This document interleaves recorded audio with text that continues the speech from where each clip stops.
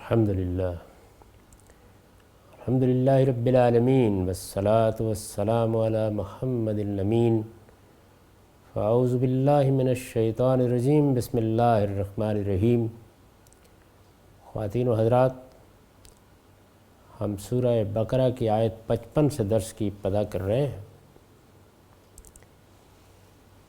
یہ وہی سلسلہ مضمون ہے جس میں بنی اسرائیل کو ان کی تاریخ کے واقعات یاد دلا کر یہ حقیقت سمجھائی جا رہی ہے کہ خدا کا قانون بے لاگ رہا ہے، تم غلط فہمی میں مبتلا ہو رہے ہو، اب بھی موقع ہے، سنبھل جاؤ۔ اس طریقے سے گویا ان پر اللہ کی حجت پوری کی جا رہی ہے۔ یہی اتمام حجت ہے جس کو آپ سورہ مائدہ تک دیکھیں گے، اور پھر اس کے بعد اسی کی بنیاد پر سورہ توبہ میں ان کے لیے بھی سزا کا اعلان کیا گیا ہے۔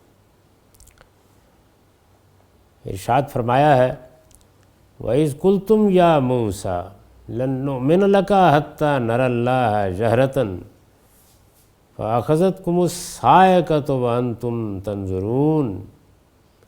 اور یاد کرو جب تم نے کہا کہ اے موسیٰ، ہم تمہاری بات کا ہرگز یقین نہ کریں گے جب تک ہم خدا کو سامنے نہ دیکھ لیں۔ یہ بھی ان کی سرکشی کی ایک بڑی سنگین مثال ہے۔ یعنی اللہ تعالیٰ کے صفات کا ایسا ظہور انہوں نے دیکھا کہ جو شاید زمین پر کسی قوم، کسی گروہ نے نہیں دیکھا، لیکن اس کے باوجود اس مقام پر آ کر کھڑے ہو گئے۔ یعنی اگر اتنی سی بات ہوتی، جیسے کہ خود سیدنا موسیٰ کے اندر یہ خواہش پیدا ہوئی کہ میں اپنے پروردگار کو دیکھوں، اگر اتنی سی بات ہوتی تو قابل مواخذہ نہ ہوتی۔ یہاں صورت یہ ہے کہ ہم تمہاری بات کا ہرگز یقین نہ کریں گے۔ یعنی وہ بات نہیں ہے جو سیدنا ابراہیم کے بارے میں آگے اسی سورہ میں بیان ہوئی ہے کہ انہوں نے بعث بعد الموت کے بارے میں اطمینان قلب چاہا۔ جیسے ہی پوچھا گیا کہ اولم تؤمن، ایمان نہیں رکھتے؟ تو فرمایا کہ کیوں نہیں، بلا ولکن لیطمئن قلبی، میں صرف اطمینان قلب چاہتا ہوں۔ اتنی بات ہوتی تو کوئی قابل مواخذہ بات نہیں تھی، لیکن قرآن مجید کے الفاظ سے یہ معلوم ہوتا ہے کہ یہ اس مقام پر آ کر کھڑے ہوئے اور انہوں نے کہا کہ تمہاری بات کا ہرگز یقین نہ کریں گے جب تک ہم خدا کو سامنے نہ دیکھ لیں۔ میں نے لکھا ہے اللہ تعالیٰ کو دیکھنے کی خواہش اگر شرح صدر اور اطمینان قلب کے لیے ہو تو کوئی قابل ملامت چیز نہیں ہے، لیکن بنی اسرائیل کا یہ مطالبہ محض ان کی بے یقینی اور تشکیک کا مظاہرہ اور انکار و تکذیب کا بہانہ تھا۔ یعنی یہ وہ چیز ہے کہ جس نے اس کو سخت قابل ملامت بنا دیا۔ انہیں کسی طرح اس بات کا یقین ہی نہیں آتا تھا کہ اللہ تعالیٰ موسیٰ علیہ السلام سے کلام فرماتے ہیں، لہٰذا ان پر عطاب ہوا۔ یعنی ظاہر ہے کہ موسیٰ علیہ السلام اسی دعوت کے ساتھ کھڑے تھے کہ اللہ تعالیٰ نے مجھ سے کلام کیا ہے، مجھے اپنی ہدایت دی ہے، مجھے ایک مشن کے لیے مامور فرمایا ہے، اور میں یہ اللہ کے حکم کے مطابق مشن پورا کر رہا ہوں۔ یہی وہ بات تھی جس کو وہ لے کر کھڑے ہوئے۔ اس کو کسی طرح باور کرنے کے لیے تیار نہیں تھے، چنانچہ انہوں نے یہ مطالبہ کر ڈالا۔ پھر کیا ہوا؟ قرآن مجید کہتا ہے فَأَخَذَتْكُمُ الصَّاعِقَةُ وَأَنْتُمْ تَنظُرُونَ، پھر تم کو کڑک نے آ لیا اور تم دیکھتے رہ گئے۔ یعنی اس پر عتاب ہوا۔ میں نے لکھا ہے اصل میں لفظ صاعقہ استعمال ہوا ہے، فَأَخَذَتْكُمُ الصَّاعِقَةُ، اس کے معنی گرج اور کڑک کے بھی ہیں، اور اس بجلی کے بھی جو کڑک کے ساتھ گرتی ہے۔ سورہ اعراف کی آیت 155 میں یہی واقعہ فَلَمَّا أَخَذَتْهُمُ الرَّجْفَةُ کے الفاظ میں بیان ہوا ہے۔ رجفہ کے معنی زلزلے کے ہیں۔ اس سے معلوم ہوتا ہے کہ بنی اسرائیل کے مطالبے پر اللہ تعالیٰ کی تجلی صاعقہ کی صورت میں ظاہر ہوئی۔ یعنی جو مطالبہ کیا گیا اس کے جواب میں تنبیہ بھی فرمائی، عتاب بھی فرمایا، اور یہ بتا بھی دیا کہ میں اگر اپنی تجلی ڈالوں گا تو یہ دیکھ لو کہ پہاڑ بھی اس کا تحمل نہیں کر سکیں گے، وجہ یہ کہ تم اس کی خواہش کرو۔ بنی اسرائیل کے مطالبے پر اللہ تعالیٰ کی تجلی صاعقہ کی صورت میں ظاہر ہوئی، اور اس نے سارے پہاڑ میں ایسا زلزلہ ڈال دیا کہ وہ بالکل بدحواس ہو کر گر پڑے۔ اس کو بیان کیا قرآن مجید نے، پھر تم کو کڑک نے آ لیا اور تم دیکھتے رہ گئے۔ فَأَخَذَتْكُمُ الصَّاعِقَةُ وَأَنْتُمْ تَنظُرُونَ ثُمَّ بَعَثْنَاكُم مِّن بَعْدِ مَوْتِكُمْ لَعَلَّكُمْ تَشْكُرُونَ، پھر تمہاری اس موت کے بعد ہم نے تمہیں اٹھا کھڑا کیا، اس لیے کہ تم شکر گزار بن کر رہو۔ اس میں یہ جو فرمایا تمہاری اس موت کے بعد، تو کیا اس کے معنی یہ ہوں گے کہ ان پر وہی موت طاری ہوئی جو ہم میں سے ہر ایک پر ایک دن طاری ہونی ہے اور پھر انہیں زندہ کیا گیا؟ میرا رجحان وہی ہے جو میں نے البیان کے نوٹ میں بیان کر دیا ہے۔ عربی زبان میں موت کا لفظ اگر قرینہ موجود ہو تو نیند اور بے ہوشی کے لیے بھی استعمال ہوتا ہے۔ یعنی جیسے ہم بعض اوقات کسی آدمی کو اگر وہ سویا ہوا ہو تو کہتے ہیں کہ تو مرا پڑا ہے، تو یہ ایک طرح کا گویا مجاز کا استعمال ہے جو اس لفظ کے معاملے میں بھی زبان میں معروف ہے۔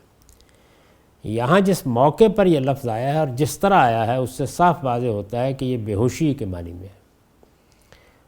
چنانچہ اسی لیے میں نے اس کا ترجمہ کیا پھر تمہاری اس موت کے بعد، یعنی اس نوعیت کی موت کے بعد، ایسے جب تم بالکل مردہ ہو گئے، گویا کہ مردہ ہو گئے، گویا کہ مر گئے، تو بے ہوشی کے معنی میں ہے۔ بنی اسرائیل اگرچہ اپنی سرکشی کے باعث اس کے مستحق تو نہ تھے کہ اس موت سے پھر زندگی کی طرف لوٹتے، یعنی یہی بے ہوشی یہ حقیقی موت بن سکتی تھی، لیکن اللہ تعالیٰ نے کرم فرمایا۔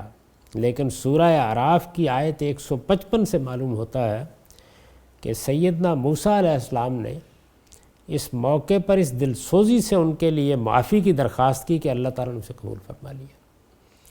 یعنی پیغمبر کی سفارش ہے جس پر اللہ تعالیٰ نے ان کو معاف کیا، دوبارہ زندگی دی، یہ اس بے ہوشی سے باہر آئے اور اپنی ذمہ داریوں کو ادا کرنے کے لیے مامور کر دیے گئے۔ اس کی وجہ بیان کی ہے کہ ہم نے یہ سب کیوں کیا؟ لعلکم تشکرون، اس لیے کہ تم شکر گزار بن کر رہو۔ ظاہر ہے اس میں یہ مضمون مضمر ہے، لیکن تم اس کے باوجود ہمیشہ ناشکری کرتے رہے۔ وَظَلَّلْنَا عَلَيْكُمُ الْغَمَامَ وَأَنزَلْنَا عَلَيْكُمُ الْمَنَّ وَالسَّلْوَىٰ، یہ پیچھے بھی دیکھ لیجئے، یعنی انہوں نے بچڑے کو معبود بنایا، فرمایا سزا دی گئی۔ اس طرح کا نامعقول اور لغو مطالبہ کیا، سزا دی گئی۔ اب آگے مزید فرمایا وَظَلَّلْنَا عَلَيْكُمُ الْغَمَامَ وَأَنزَلْنَا عَلَيْكُمُ الْمَنَّ وَالسَّلْوَىٰ، اور تم پر بدلیوں کا سایہ کیا۔ یہ جس علاقے میں نکال کر لائے گئے تھے وہاں دور دور تک سائے کی کوئی جگہ نہیں تھی، لکو دک صحرا، اس میں سے ان کو گزرنا تھا۔ خاص عنایت فرمائی کہ پورے لشکر پر جب دھوپ نکلتی تو بدلیاں سایہ کیا رہتی۔ وَظَلَّلْنَا عَلَيْكُمُ الْغَمَامَ وَأَنزَلْنَا عَلَيْكُمُ الْمَنَّ وَالسَّلْوَىٰ، اور تم پر بدلیوں کا سایہ کیا اور تم پر من و سلوہ اتارے۔ یہ من و سلوہ سمجھ لیجئے کیا ہے۔ من کے بارے میں نے لکھا ہے یہ شبنم کی طرح کی ایک چیز تھی جو زمین پر ٹپکتی تھی اور پالے کے دانوں کی طرح جم جاتی تھی، جیسے اولے ہوتے ہیں۔ بنی اسرائیل اسے سورج کی تمازت بڑھنے سے پہلے جمع کر لیتے تھے، تمازت بڑھتے ہی یہ دانے پگھل جاتے تھے، یعنی اس کی نوعیت یہ تھی۔ ایک بے آب و گیاہ صحرا میں جہاں غذا کے اسباب مفقود تھے، یہ ایک عظیم نعمت تھی۔ یعنی بے آب و گیاہ صحرا، کوئی سائے کی جگہ نہیں، پناہ لینے کی جگہ نہیں، تو بدلیوں کا سایہ کر دیا۔ کھانے پینے کی اشیاء، ظاہر ہے ایک بڑا لشکر تھا ان کا، ایک بڑی قوم تھی جو سیدنا موسیٰ علیہ السلام کے ساتھ چل رہی تھی، تو کہاں سے کھائیں؟ اللہ تعالیٰ نے یہ عظیم نعمت ان پر نازل کی۔ یہ ایک عظیم نعمت تھی جو بغیر کسی کوئی مشقت اٹھائے بنی اسرائیل کو خدا کے حکم پر پیغمبر کے ساتھ ہجرت کرنے کے صلے میں حاصل ہوئی۔ یعنی کیونکہ یہ پیغمبر کے ساتھ ایک خاص مشن کے اوپر آئے تھے، ہجرت کی انہوں نے، اللہ نے یہ کرم فرمایا۔ من کے معنی فضل و عنایت کے، یعنی یہ چونکہ سرتسر اللہ کا فضل تھا تو اس کا نام ہی من پڑ گیا۔ معلوم ہوتا ہے کہ اسی مناسبت سے اس کا نام من قرار پایا۔ بائبل کی کتاب خروج میں اس کی تفصیل اس طرح بیان ہوئی ہے، اور صبح کو خیمہ گاہ کے آس پاس اوس پڑی ہوئی تھی، اور جب وہ اوس جو پڑی تھی سوکھ گئی تو کیا دیکھتے ہیں کہ بیابان میں ایک چھوٹی چھوٹی گول گول چیز ایسی چھوٹی جیسے پالے کے دانے ہوتے ہیں زمین پر پڑی ہے۔ بنی اسرائیل اسے دیکھ کر آپس میں کہنے لگے من، عنایت، کرم، کیونکہ وہ نہیں جانتے تھے کہ وہ کیا ہے۔ تب موسیٰ نے ان سے کہا یہ وہی روٹی ہے جو خداوند نے کھانے کو تم کو دی ہے، اور وہ ہر صبح کو اپنے اپنے کھانے کی مقدار کے مطابق جمع کر لیتے تھے، اور دھوپ تیز ہوتے ہی وہ پگھل جاتا تھا۔ یہ اللہ تعالیٰ نے ان کے لیے ایک اہتمام کیا۔ دوسرا، سلوہ اتارے۔ اس پر میں نے لکھا اس سے مراد وہ پرندے ہیں جو اللہ تعالیٰ نے صحرائے سینا میں بنی اسرائیل کے لیے بھیجے۔ یہ بٹیروں سے ملتے جلتے تھے اور بٹیروں ہی کی طرح نہایت آسانی سے شکار ہو جاتے تھے۔ کتاب خروج میں ہے، اور بنی اسرائیل کہنے لگے کاش کہ ہم خداوند کے ہاتھ سے ملک مصر میں جب ہی مار دیے جاتے جب ہم گوشت کی ہانڈیوں کے پاس بیٹھ کر دل بھر کر روٹی کھاتے تھے۔ یعنی اس قوم کا حال بھی عجیب ہے، اللہ کے پیغمبر کی موجودگی میں یہ اس طرح کا شکوہ و شکایت کرنے لگی، کیونکہ تم تو ہم کو اس بیابان میں اسی لیے لے آئے ہو کہ سارے مجمع کو بھوکا مارو۔ یہ انہوں نے سیدنا موسیٰ علیہ السلام سے کہا۔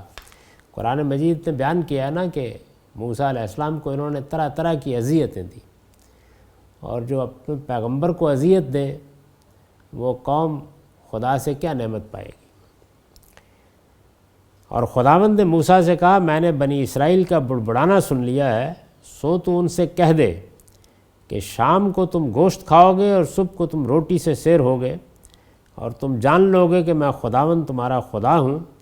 اور یوں ہوا کہ شام کو اتنی بٹیریں آئیں کہ ان کی خیمہ گاہ کو ڈھانک لیا۔ یعنی یہ اہتمام اللہ تعالیٰ نے ان کو گوشت فراہم کرنے کے لیے کیا۔ تو ارشاد فرمایا کہ ہم نے تم پر بدلیوں کا سایہ کیا اور تم پر من و سلوہ اتارے۔ کلوا من طیبات ما رزقناکم وما ظلمونا ولکن کانوا انفسہم یظلمون۔ کھاؤ یہ پاکیزہ چیزیں جو ہم نے تمہیں دی ہیں۔ یہ زبان حال کی تعبیر ہے۔ میں نے لکھا ہے مطلب یہ ہے کہ یہ نعمتیں گویا زبان حال سے دعوت دیتی تھیں کہ اپنے پروردگار کی اس عنایت سے فائدہ اٹھاؤ اور اس کے شکر گزار بن کر رہو۔ تو زبان حال کی وہ تعبیر ہے جس کو یہاں الفاظ کی صورت میں بیان کر دیا ہے۔ پاکیزہ چیزیں جو ہم نے تمہیں دی ہیں، لیکن انہوں نے کیا کیا؟ انہوں نے اس کی ناقدری کی۔ تو فرمایا کہ انہوں نے ہمارا کچھ نہیں بگاڑا بلکہ اپنے اوپر ہی ظلم کرتے رہے۔ ما ظلمونا ولکن کانوا انفسہم یظلمون۔ اس میں چونکہ جملوں کی ساخت ایسی بن گئی ہے اور کچھ التفات اس طرح سے ہوا ہے خطاب کا کہ اس کو کھولنے کے لیے کچھ جملوں کا اضافہ کرنا پڑا ہے تاکہ اردو کے قاری کے لیے یہ قابل فہم ہو جائے۔ تو وہ یوں ہے کہ افسوس کہ جن پر یہ عنایت ہوئی انہوں نے اس کی ناقدری کی، اور اس طرح انہوں نے ہمارا کچھ نہیں بگاڑا بلکہ اپنے اوپر ہی ظلم کرتے رہے۔ میں نے اس پر لکھا ہے یہ آخری بات اوپر کی باتوں کی طرح یہود کو براہ راست مخاطب کر کے نہیں کہی گئی، یعنی تم نے اپنے اوپر ظلم کیا یا تم نے اپنا بگاڑا، یوں نہیں کہا گیا۔ براہ راست مخاطب کر کے نہیں کی گئی بلکہ ان سے منہ پھیر کر غائب کے سیغے میں کہی گئی ہے۔ خطاب میں التفات ہو گیا ہے، یعنی پہلے جو مضمون چل رہا تھا وہ یہ تھا کہ وَظَلَّلْنَا عَلَيْكُمُ الْغَمَامَ، تم پر ہم نے بدلیوں کا سایہ کیا، وَأَنزَلْنَا عَلَيْكُمُ الْمَنَّ وَالسَّلْوَىٰ، تم پر ہم نے من و سلوہ اتارے۔ تو یہاں منہ پھیر کر غائب کا اسلوب اختیار کر لیا گیا، اس کو بلاغت کی اصطلاح میں التفات کہا جاتا ہے۔ تو یہ ہوا قرآن مجید میں یہ اسلوب بالعموم متکلم کی طرف سے اظہار بیزاری کے موقع پر اختیار کیا جاتا ہے۔ انہوں نے گویا اللہ تعالیٰ نے ان کے رویے کو دیکھ کر اس پر اس طریقے سے تبصرہ کیا کہ تبصرے کے اسلوب میں خطاب کے بدل جانے سے یہ بات واضح ہو گئی کہ ذات باری کس درجہ بیزار ہے۔ وَإِذْ قُلْنَا ادْخُلُوا هَٰذِهِ الْقَرْيَةَ فَكُلُوا مِنْهَا حَيْثُ شِئْتُمْ رَغَدًا وَادْخُلُوا الْبَابَ سُجَّدًا وَقُولُوا حِطَّةٌ نَغْفِرْ لَكُمْ خَطَايَاكُمْ وَسَنَزِيدُ الْمُحْسِنِينَ۔ اور یاد کرو، یعنی وہی پے در پے واقعات ایک کے بعد دوسرا، اور یاد کرو جب ہم نے کہا کہ اس بستی میں داخل ہو جاؤ، اس بستی میں، یہ بھی وہی دیکھیے کہ چونکہ ان کی تاریخ کے معروف واقعات ہیں تو وضاحت کی ضرورت نہیں محسوس کی۔ اصل میں لفظ القریہ استعمال ہوا ہے، البیان کا نوٹ ہے، اصل میں لفظ القریہ استعمال ہوا ہے۔ اس کے استعمالات سے معلوم ہوتا ہے کہ یہ جس طرح چھوٹے دیہات کے لیے مستعمل ہے، اسی طرح بڑے بڑے شہروں کے لیے بھی استعمال ہوتا ہے۔ یہاں اس سے مراد سرزمین فلسطین ہی کا کوئی شہر ہے، یعنی اگر یہ نہ بھی معلوم ہو کہ یہ کون سی بستی تھی، کون سا شہر تھا، تو مدعا میں کوئی فرق نہیں واقع ہوتا، لیکن اس کا تعارف جس طریقے سے کرایا گیا ہے فَكُلُوا مِنْهَا حَيْثُ شِئْتُمْ رَغَدًا، اس وقت جو آپ ان کے سفر کی رودات دیکھیں اور اس کا جغرافیہ سامنے ہو تو پھر گویا یوں سمجھ لیجئے کہ یہ جو الفاظ ہیں یہ بتا دیتے ہیں انگلی اٹھا کر یہ فلسطینی کا کوئی شہر ہے۔ یہاں اس سے مراد سرزمین فلسطینی کا کوئی شہر ہے، اس لیے کہ آگے فَكُلُوا مِنْهَا حَيْثُ شِئْتُمْ رَغَدًا کے جو الفاظ آئے ہیں وہ اسی سرزمین کے لیے موضوع ہو سکتے ہیں، یعنی جس طرح دنیا کی نعمتیں وہاں میسر تھیں انہی کے لیے یہ الفاظ آ سکتے تھے، سرائے سینہ کے لیے نہیں آ سکتے تھے، یا اس کی کسی بستی یا کسی قریے کے لیے نہیں آ سکتے تھے۔ تو فرمایا کہ اس بستی میں داخل ہو جاؤ، پھر اس میں سے جہاں سے چاہو مزے سے کھاؤ، فَكُلُوا مِنْهَا حَيْثُ شِئْتُمْ رَغَدًا وَادْخُلُوا الْبَابَ سُجَّدًا۔ اور یاد رکھو، یہ الفاظ آیت میں نہیں ہیں لیکن مدعا کے عطف کو واضح کرنے کے لیے ان کو نکال لینا چاہیے۔ اس کے دروازے میں یعنی بستی کے دروازے میں سجدن سر جھکائے ہوئے داخل ہونا، مطلب کیا ہے؟ عاجزی کے ساتھ، فروتنی کے ساتھ، نیازمندی کے ساتھ۔ تمہیں اللہ نے یہ بستی دی ہے، فتح عطا فرمائی ہے، تو جیسے کہ ہمیں معلوم ہے کہ رسالت میں آپ صلی اللہ علیہ وسلم جب مکے میں فاتح کی حیثیت سے داخل ہوئے تو سر اتنا جھکا ہوا تھا کہ کجاوے کے ساتھ لگ رہا تھا۔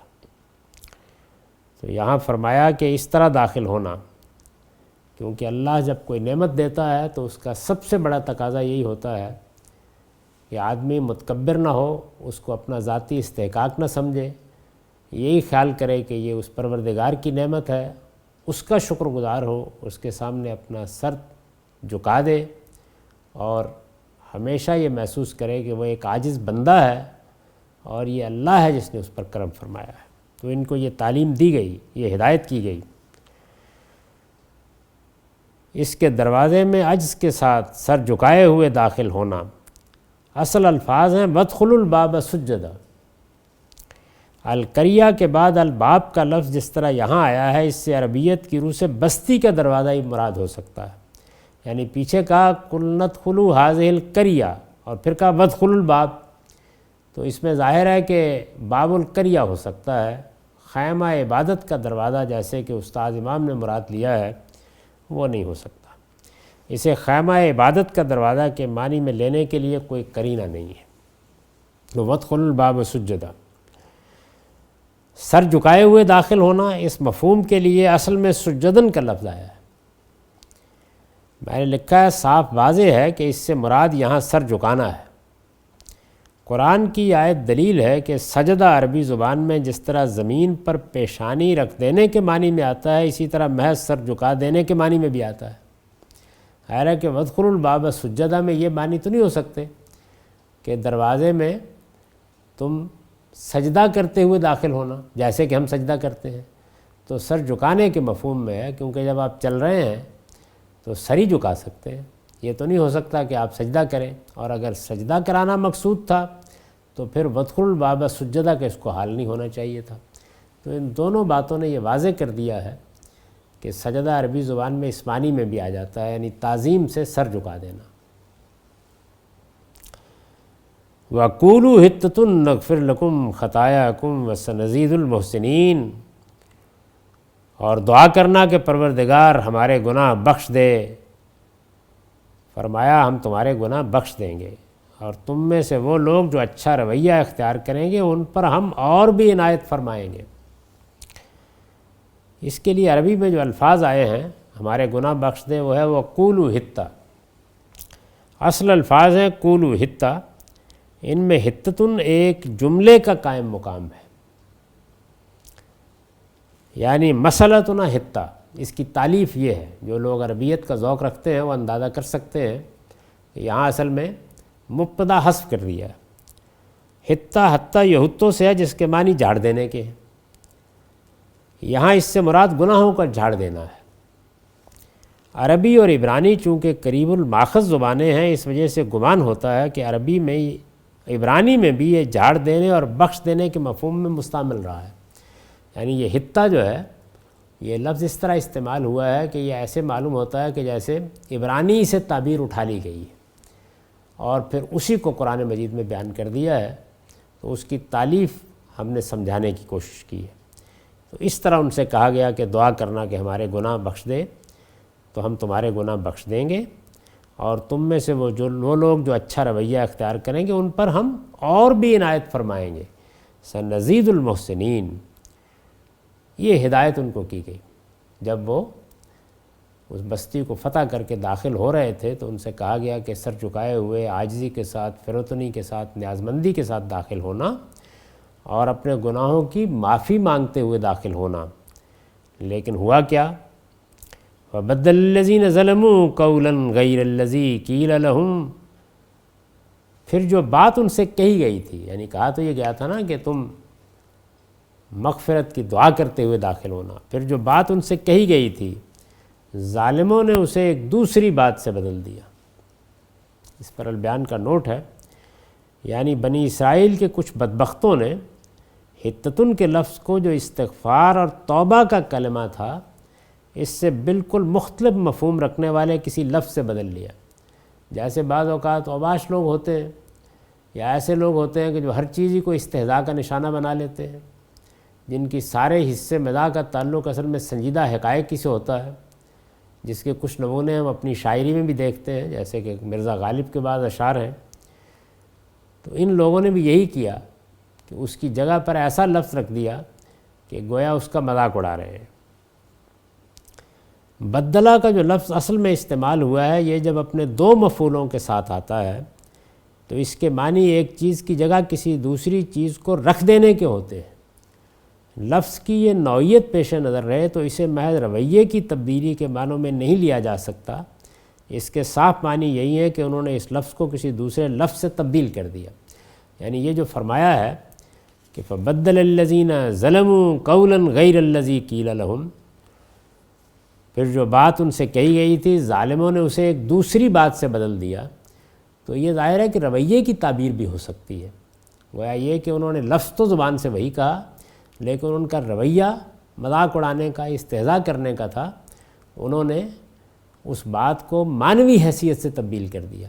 یہ مطلب بھی ہو سکتا ہے، لیکن میں نے یہ عرض کیا ہے کہ قرآن نے جو الفاظ استعمال کیے ہیں ان سے یہی متبادر ہوتا ہے کہ انہوں نے اس کی جگہ کوئی لفظ بھی رکھ دیا، یعنی ایک تو اپنے رویے سے مذاق اڑایا اور لفظ بھی اس سے بالکل مختلف معنی کا وہاں رکھ دیا۔ تو ارشاد فرمایا کہ فَأَنزَلْنَا عَلَى الَّذِينَ ظَلَمُوا رِجْزًا مِّنَ السَّمَاءِ بِمَا كَانُوا يَفْسُقُونَ، چنانچہ ان ظلم کرنے والوں پر ہم نے ان نافرمانیوں کے باعث جو وہ کر رہے تھے آسمان سے عذاب اتارا۔ دیکھیے میں نے توجہ دلائی تھی کہ جو مشترک مضمون ہے، مرکزی مضمون ہے اس سارے سلسلہ اتمام حجت کا، وہ یہی ہے کہ تم کس غرے میں مبتلا ہو، کیا چیز سمجھتے ہو اپنے آپ کو۔ جو نعمتیں تم کو ملی ان کو اپنا استحقاق بنا بیٹھے ہو، یہ سب خدا کی عنایت تھی، چنانچہ دیکھ لو کس طرح یہ کہتے ہو کہ ہم کو دوزخ کی آگ نہیں چھوئے گی، کیسے یہ خیال کرتے ہو کہ تم مسیح علیہ السلام کو پھانسی کے تختے تک لے جاؤ، تم محمد الرسول اللہ صلی اللہ علیہ وسلم کا صاف انکار کر دو، اور پھر بھی خدا تمہیں اپنی چہیتی امت بنائے رکھے گا؟ نہیں، تم پر عذاب کا تازیانہ اس سے پہلے بھی تمہارے گناہوں کی پاداش میں برستا رہا ہے، اب بھی برسے گا۔ یہ مضمون ہے جس کو ادا کیا۔ تو فرمایا کہ پھر ہم نے ان کی نافرمانیوں کے باعث آسمان سے عذاب اتارا، رجزم من السماء بما کانوا یفسقون۔ اس پر البیان کا نوٹ ہے، اس عذاب کے لیے آسمان سے عذاب، رجزم من السماء، آسمان سے عذاب کی یہ تعبیر اسی طرح اختیار کی گئی ہے جس طرح کسی ہولناک آفت کو قہر آسمانی سے تعبیر کیا جاتا ہے۔ بنی اسرائیل پر یہ عذاب غالباً ارض فلسطین کے قریب ایک شہر شتیم میں آیا، یعنی جو بنی اسرائیل کی تاریخ بائبل میں بیان ہوئی ہے اس کو مطالعہ کرنے سے یہ اندازہ ہوتا ہے، اسی لیے غالباً کا لفظ لکھا ہے۔ بائبل کا بیان ہے کہ اس شہر میں انہوں نے موآبی عورتوں سے بدکاریاں کیں، ان کی دعوت پر مشرکانہ قربانیوں میں شریک ہوئے، اور اس طرح گویا بالواسطہ ان کے دیوتا بال فغور کی پرستش میں ان کے ساتھ شامل ہو گئے۔ یعنی ایک تو وہ جرم تھا جو ابتدا میں کیا کہ بچڑے کو معبود بنایا، پھر جب آگے بڑھے اور یہ شتیم اور اس کے نواح میں پہنچے تو ان جرائم کا ارتکاب کیا۔ ان جرائم کی پاداش میں اللہ تعالیٰ نے ان پر ایک سخت وبا بھیجی جس میں ان کے 24,000 مرد و زن ہلاک ہوئے۔ یعنی پھر ایک مرتبہ اللہ تعالیٰ نے ایک بڑی سزا ان کو دی۔ تو اس کو اسی طرح سمجھ لیجئے کہ ایک واقعہ، ایک امتحان، ایک احسان، ایک نعمت، پھر ان کا غلط رویہ، پھر اس پر عذاب کا تازیانہ، اس کو بیان کر رہے ہیں اللہ تعالیٰ۔ وَإِذِ اسْتَسْقَىٰ مُوسَىٰ لِقَوْمِهِ فَقُلْ نَضْرِب بِّعَصَاكَ الْحَجَرَ، اور یاد کرو جب موسیٰ نے اپنی قوم کے لیے پانی کی دعا کی، یعنی پہلے تو یہ تھا کہ کھانا نہیں مل رہا تھا تو منّا سلویٰ اتارے، اب پانی کی دعا کی۔ فَقُلْنَا، تو ہم نے کہا، اضرب بعصاک الحجر، اپنی لٹھیا اس پتھر پر مارو، یعنی ایک پتھر کی نشاندہی کی گئی، ایک چٹان کی نشاندہی کی گئی اور فرمایا اس پر مارو۔ چنانچہ ظاہر ہے کہ انہوں نے ماری۔ فَانْفَجَرَتْ مِنْ اثْنَتَ عَشَرَةَ عَيْنًا، تو اس سے 12 چشمے بہہ نکلے۔ قَدْ عَلِمَ كُلُّ أُنَاسٍ مَشْرَبَهَا، قَدْ عَلِمَ كُلُّ أُنَاسٍ مَشْرَبَهُمْ، اس طرح کہ ہر قبیلے نے اپنے لیے پانی لینے کی جگہ متعین کر لی۔ کُلُوا وَاشْرَبُوا مِن رِزْقِ اللَّهِ وَلَا تَعْثَوْا فِي الْأَرْضِ مُفْسِدِينَ، اللہ کی اس روزی سے کھاؤ اور پیو اے بنی اسرائیل، اور زمین میں فساد نہ پھیلاتے پھرو۔ اس میں جو چیزیں بیان ہوئی ہیں ان کی تفصیل میں نے کر دی ہے۔ سب سے پہلے موسیٰ علیہ السلام نے اپنی قوم کے لیے پانی کی دعا کی، ان سے کہا گیا کہ یہ لٹھیا پتھر پر مارو، یہ پھر ایک عظیم معجزہ ان کے سامنے آیا، تو اس سے 12 چشمے بہہ نکلے۔ بائبل سے معلوم ہوتا ہے کہ پتھر کی چٹان سے پانی بہہ نکلنے کا یہ واقعہ دشت سین میں پیش آیا ہے۔ بائبل میں جو تاریخ بیان ہوئی ہے تو اس میں یہ اندازہ ہوتا ہے کہ یہ دشت سین ہے جس میں آ کر یہ 12 چشمے پھوٹ نکلے۔ گنتی میں ہے، اور پہلے مہینے میں بنی اسرائیل کی ساری جماعت دشت سین میں آ گئی اور وہ لوگ قادس میں رہنے لگے، یعنی اس علاقے تک یہ مصر سے نکلنے کے بعد پہنچ گئے۔ یہ سب پرانے نام ہیں، اب جغرافیے میں آپ کو ان میں سے زیادہ نہیں ملیں گے، لیکن بائبل کا جغرافیہ بہت سے لوگوں نے، محققین نے مرتب کیا ہے، اس میں یہ سب چیزیں مل جاتی ہیں۔ اور جماعت کے لوگوں کے لیے وہاں پانی نہ ملا، سو وہ موسیٰ اور ہارون کے برخلاف اکٹھے ہوئے، یعنی یہاں پھر سرکشی دکھائی انہوں نے، اور لوگ موسیٰ سے جھگڑنے اور یہ کہنے لگے، ہائے کاش ہم بھی اسی وقت مر جاتے جب ہمارے بھائی خداوند کے حضور مرے۔ تم خداوند کی جماعت کو اس دشت میں کیوں لے آئے ہو کہ ہم بھی اور ہمارے جانور بھی یہاں مریں، اور تم نے کیوں ہم کو مصر سے نکال کر اس بری جگہ پہنچایا ہے؟ یہ تو بونے کی اور انجیروں اور تاکوں اور اناروں کی جگہ نہیں ہے۔ یعنی جب انہیں یہ بتایا گیا تھا کہ تم کو مصر سے نکلنا ہے تو ارض فلسطین یا بیت المقدس یا یروشلم کے گرد و نواح کا نقشہ کھینچا گیا تھا کہ وہ کھیتی کرنے کی زمین ہے اور انجیروں اور تاکوں اور اناروں کے باغوں کی زمین ہے، انگور اگتے ہیں، انار اگتے ہیں، وہاں انجیر اگتے ہیں۔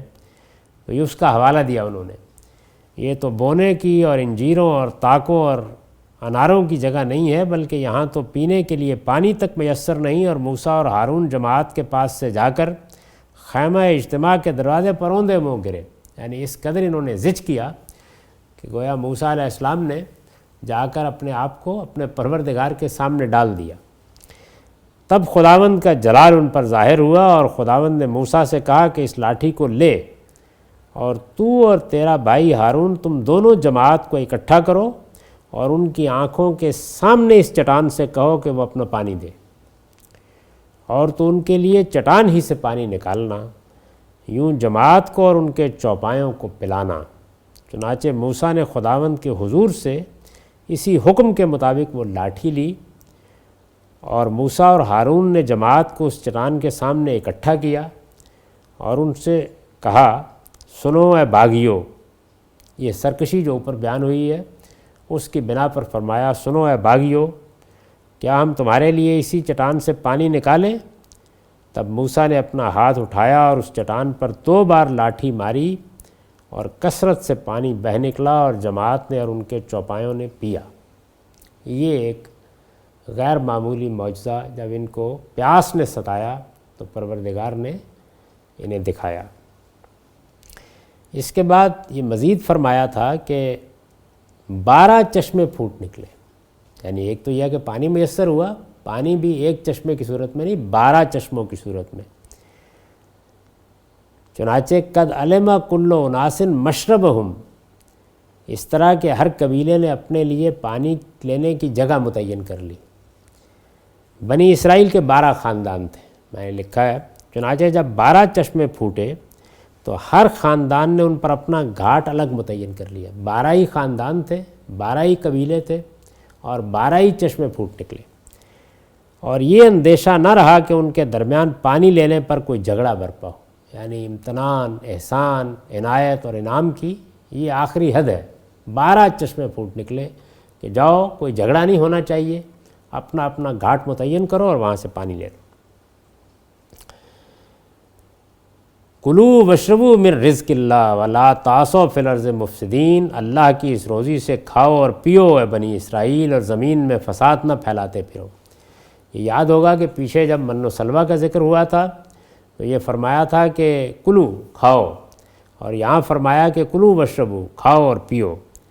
یہاں یہ نقطہ ملحوظ رہے کہ پیچھے من و سلوہ کے ذکر کے بعد صرف کلو، کھاؤ کا لفظ آیا ہے۔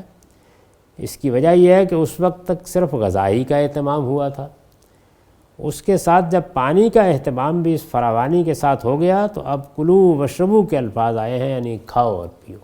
تو اس طرح اللہ تعالیٰ نے ان کے اوپر جب انہیں پیاس نے ستایا تو یہ احسان فرمایا۔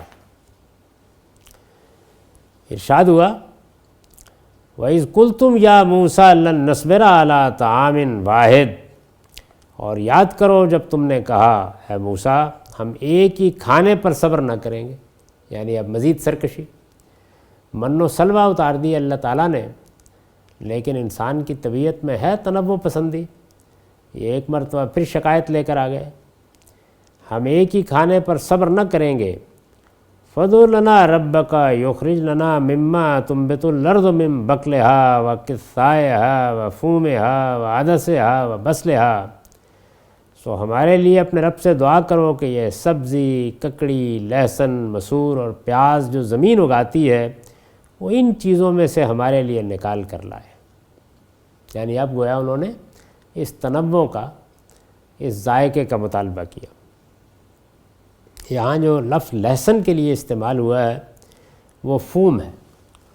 اس پر میں نے لکھا ہے اس کے لیے اصل میں فوم کا لفظ آیا ہے، یہ اور سوم ایک ہی چیز ہے۔ لہسن کے لیے یہ لفظ اس قدر معروف ہے کہ اس سے روٹی یا گندم اور غلہ وغیرہ کسی طرح مراد نہیں لے سکتے۔ یعنی یہ ہوتا ہے بعض اوقات کہ حروف کثرت استعمال سے جگہ بدل لیتے ہیں، تو اس سے لوگوں نے اس کے معنی بھی تبدیل کیے ہیں۔ اس کی ضرورت نہیں ہے، یہ وہی لہسن ہے۔ یہ جو مطالبہ بنی اسرائیل نے کیا، یعنی ایک ہی کھانے پر صبر نہیں کریں گے، اس کے بارے میں نے لکھا ہے کہ یعنی ہر روز من و سلوی کھاتے رہیں، یہ ہمارے لیے ممکن نہیں ہے۔ لذت کام و دہن جس تنوع کا تقاضا کرتی ہے، اس کی کوئی صورت اس صحرا میں بھی پیدا ہونی چاہیے، یہ مطالبہ کیا انہوں نے۔ اور پھر اللہ تعالیٰ یہ فرماتے ہیں کہ ہم نے ان کو کہا کہ ظالموں، ہم نے تو تمہیں بڑی اعلیٰ چیز دی، لیکن تم کس ادنا چیز کا مطالبہ کرتے ہو۔ قَالَ تَسْتَبْدِلُونَ الَّذِي هُوَ أَدْنَىٰ بِالَّذِي هُوَ خَيْرٌ، اس نے کہا تم ایک بہتر چیز کو کمتر چیزوں سے بدلنا چاہتے ہو۔ ان دونوں چیزوں کے بارے میں بھی البیان کے نوٹ ہیں، ان کا مطالعہ ہم اگلی نشست میں کریں گے۔ اس وقت ان آیات کا سادہ ترجمہ سن لیجئے۔ ارشاد فرمایا ہے، اور یاد کرو جب تم نے کہا کہ اے موسیٰ ہم تمہاری بات کا ہرگز یقین نہ کریں گے جب تک ہم خدا کو سامنے نہ دیکھ لیں۔ پھر تم کو کڑک نے آ لیا اور تم دیکھتے رہ گئے۔ پھر تمہاری اس موت کے بعد ہم نے تمہیں اٹھا کھڑا کیا اس لیے کہ تم شکر گزار بن کر رہو، اور تم پر بدلیوں کا سایہ کیا اور تم پر من و سلوہ اتارے۔ کھاؤ یہ پاکیزہ چیزیں جو ہم نے تمہیں دی ہیں، افسوس کہ جن پر یہ عنایت ہوئی انہوں نے اس کی ناقدری کی، اور اس طرح انہوں نے ہمارا کچھ نہیں بگاڑا بلکہ اپنے اوپر ہی ظلم کرتے رہے۔ اور یاد کرو جب ہم نے کہا کہ اس بستی میں داخل ہو جاؤ، پھر اس میں سے جہاں سے چاہو مزے سے کھاؤ، اور یاد رکھو کہ اس کے دروازے میں عجز کے ساتھ سر جھکائے ہوئے داخل ہونا اور دعا کرنا کہ پروردگار ہمارے گناہ بخش دے، ہم تمہارے گناہ بخش دیں گے۔ اور تم میں سے وہ لوگ جو اچھا رویہ اختیار کریں گے ان پر ہم اور بھی عنایت فرمائیں گے۔ پھر جو بات ان سے کہی گئی تھی ظالموں نے اسے ایک دوسری بات سے بدل دیا۔ چنانچہ ان ظلم کرنے والوں پر ہم نے ان نافرمانیوں کے باعث جو وہ کر رہے تھے آسمان سے عذاب اتارا۔ اور یاد کرو جب موسیٰ نے اپنی قوم کے لیے پانی کی دعا کی تو ہم نے کہا اپنی لٹھیا اس پتھر پر مارو، اس نے ماری تو اس سے 12 چشمے بہہ نکلے۔ اس طرح کہ ہر قبیلے نے اپنے لیے پانی لینے کی جگہ متعین کر لی۔ اللہ کی اس روزی سے کھاؤ اور پیو اے بنی اسرائیل، اور زمین پر فساد نہ پھیلاتے پھرو۔ اور یاد کرو جب تم نے کہا ہے موسیٰ ہم ایک ہی کھانے پر صبر نہ کریں گے، سو ہمارے لیے اپنے رب سے دعا کرو کہ یہ سبزی، ککڑی، لہسن، مسور اور پیاز جو زمین اگاتی ہے وہ ان چیزوں میں سے ہمارے لیے نکال کر لائے۔ اس نے کہا تم ایک بہتر چیز کو کمتر چیزوں سے بدلنا چاہتے ہو۔ اقول قولی ھذا واستغفر اللہ لی ولکم ولسائر المؤمنین۔